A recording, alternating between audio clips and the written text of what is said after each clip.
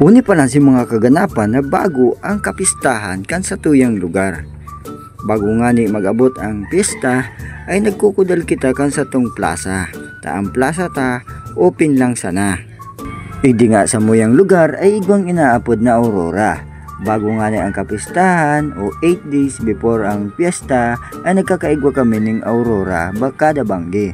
Kada pamilyang natutukahan ay naghahanda sila ng pagkakan para pasasalamat sa samuyang patron na Sagrada Pamilya. Arog nga ni kami taon-taon nagtatarabangan para maidaos lang ang samuyang kapiyastahan.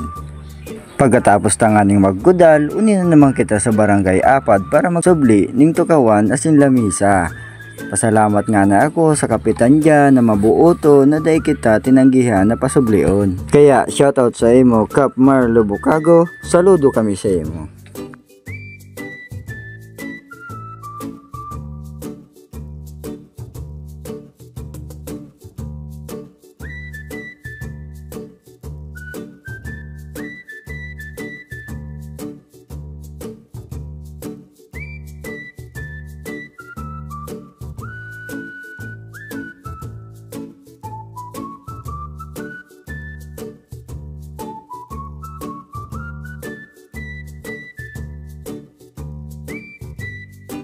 Pagkatapos nga ning harakutan at aldaw na ning kapistahan, nagkaigwan mo ng pakawat si Madam. Pakawat nga ni sa mga aki, pati na sa mga naging isip aki.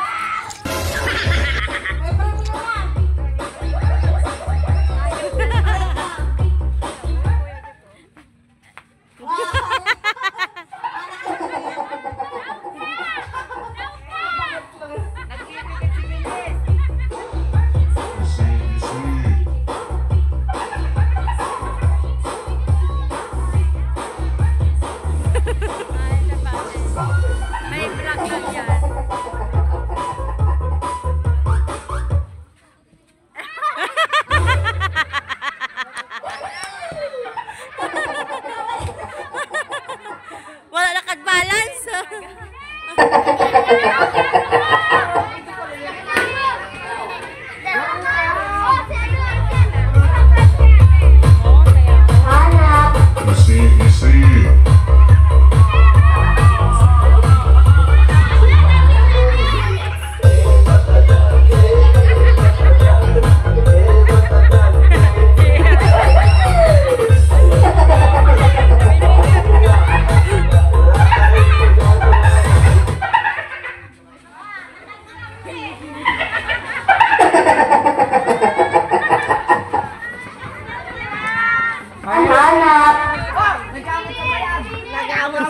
Ay, video.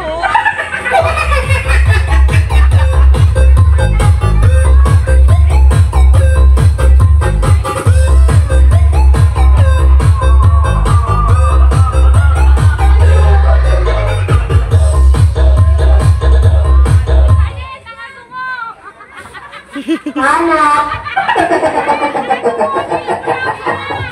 Hanap yan.